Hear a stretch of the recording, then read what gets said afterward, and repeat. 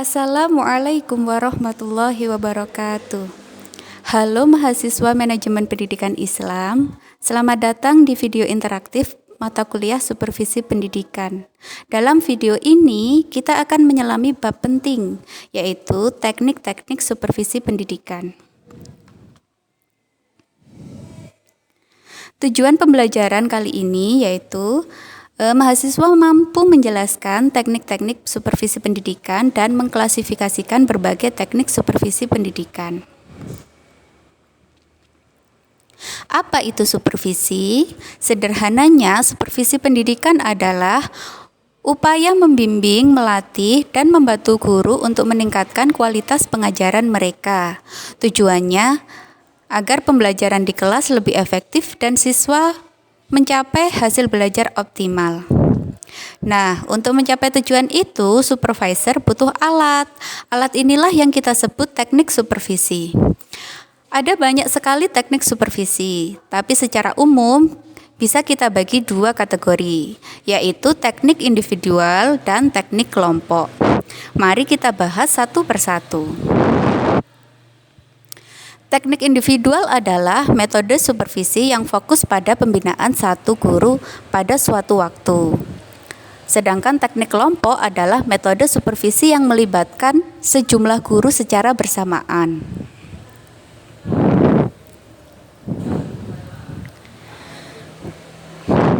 Kita mulai dari teknik individual. Ini adalah teknik di mana supervisor berinteraksi langsung satu lawan satu dengan seorang guru. Fokusnya pada pengembangan kompetensi guru secara personal. Teknik individual yang paling umum adalah observasi kelas. Ini bukan sekedar menonton guru mengajar ya. Observasi kelas punya 3 tahap penting. Yang pertama yaitu pra-observasi. Supervisor dan guru berdiskusi tentang tujuan pengajaran, materi, dan apa yang ingin diobservasi. Yang kedua, saat observasi, supervisor mengamati proses belajar mengajar di kelas secara objektif, mencatat hal-hal penting, dan yang terakhir, pasca observasi. Ini tahap yang krusial. Supervisor memberikan umpan balik konstruktif kepada guru, mendiskusikan kekuatan dan area yang perlu ditingkatkan, serta merencanakan tindak lanjut. Ingat, umpan balik harus jujur tapi juga suportif. Selain observasi kelas, ada juga kunjungan kelas. Ini lebih singkat dan fokus pada gambaran umum suasana kelas atau melihat sekilas penerapan metode tertentu. Teknik individual lainnya adalah wawancara pribadi.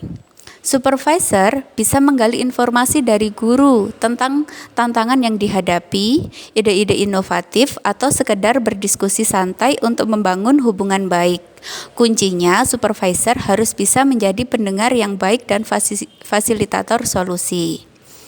Tak hanya itu, ada juga supervisi klinis. Ini adalah pendekatan yang lebih intensif dan berfokus, di mana supervisor dan guru bekerja sama secara siklis untuk menganalisis dan memperbaiki masalah pengajaran tertentu secara mendalam. Tujuannya spesifik, misalnya meningkatkan kemampuan guru dalam mengelola kelas atau mengimplementasikan metode baru. Yang terakhir adalah penilaian diri. Supervisor mendorong guru untuk secara mandiri merefleksikan dan mengevaluasi praktik pengajaran mereka sendiri, mengidentifikasi kekuatan dan kelemahan. Supervisor kemudian bisa mendiskusikan hasil penilaian diri ini dengan guru. Kemudian ada kunjungan antar kelas. Kunjungan antar kelas ini adalah di mana guru mengunjungi kelas teman sejawat untuk melihat proses pembelajaran. Dan yang terakhir adalah penelitian tindakan kelas, yaitu guru mengatasi permasalahan di kelasnya sendiri. Selanjutnya, mari kita bahas teknik supervisi kelompok. Sesuai namanya, teknik ini melibatkan supervisor dengan sekelompok guru. Tujuannya untuk meningkatkan kompetensi secara kolektif, berbagi pengalaman, dan memecahkan masalah bersama. Salah satu teknik yang sering kita lihat adalah pertemuan orientasi guru baru. Di sini guru baru mengadakan pertemuan untuk melakukan diskusi, merencanakan pembelajaran. Yang kedua yaitu rapat guru. Rapat ini bukan cuma soal pengumuman, tapi bisa jadi forum diskusi efektif. Supervisor bisa mengangkat isu-isu pedagogis, berbagi praktik baik, atau merumuskan strategi bersama. Kemudian ada diskusi kelompok. Ini bisa berupa studi kasus, bedah kurikulum, atau bahkan pembentukan komunitas belajar profesional di sekolah. Di sini, guru-guru saling belajar dari pengalaman rekannya di bawah bimbingan supervisor. Lalu ada lokakarya atau pelatihan. Ini adalah kegiatan yang dirancang khusus untuk meningkatkan keterampilan praktis guru.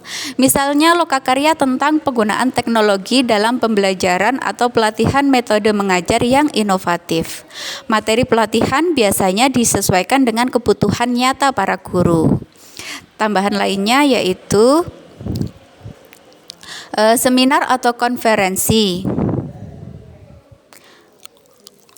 Adalah forum yang lebih besar, di mana guru-guru bisa mendapatkan paparan dari pakar pendidikan, berbagi hasil penelitian, atau mendengarkan presentasi tentang tren terbaru dalam pendidikan. Supervisor bisa memfasilitasi partisipasi guru dalam acara semacam ini.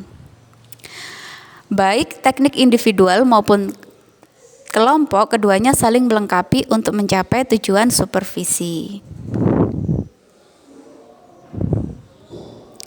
Kemudian dalam pelaksanaan supervisi ini selalu tidak berjalan mulus ya. Ada beberapa tantangan yang sering muncul. Misalnya, yang pertama resistensi dari guru. Guru mungkin merasa tidak nyaman diobservasi atau dinilai. Ini bisa terjadi karena pengalaman buruk sebelumnya atau kurangnya pemahaman tentang tujuan supervisi yang sebenarnya. Yang kedua, tentang keterbatasan waktu. Supervisor seringkali punya banyak tugas lain, seperti administrasi atau manajemen sekolah, sehingga waktu untuk supervisi menjadi terbatas. Ini membutuhkan perencanaan yang matang. Yang ketiga, kurangnya keterampilan supervisor. Tidak semua supervisor punya bekal yang cukup dalam memberikan umpan balik konstruktif, memfasilitasi diskusi, atau memahami kebutuhan pengembangan guru. Pelatihan untuk supervisor sendiri juga sangat penting. Yang keempat, perbedaan pandangan. Supervisor dan guru bisa saja memiliki pandangan yang berbeda tentang metode pengajaran atau masalah di kelas yang memerlukan kemampuan komunikasi yang baik untuk mencapai kesepemahaman. Yang kelima, kurangnya dukungan institusional. Dukungan dari kepala sekolah atau dinas pendidikan juga krusial agar program supervisi bisa berjalan efektif. Dan yang terakhir, terima kasih. Kita sudah membahas berbagai teknik supervisi pendidikan, mulai dari observasi kelas, wawancara, supervisi klinis, rapat guru, hingga lokakarya dan seminar. Semua teknik ini punya satu tujuan, yaitu membantu guru tumbuh dan berkembang demi kualitas pendidikan yang lebih baik. Semoga video ini memberikan pemahaman yang jelas dan padat tentang teknik-teknik supervisi. Ingat, praktik adalah kunci. Sampai jumpa di materi selanjutnya. Wassalamualaikum warahmatullahi wabarakatuh.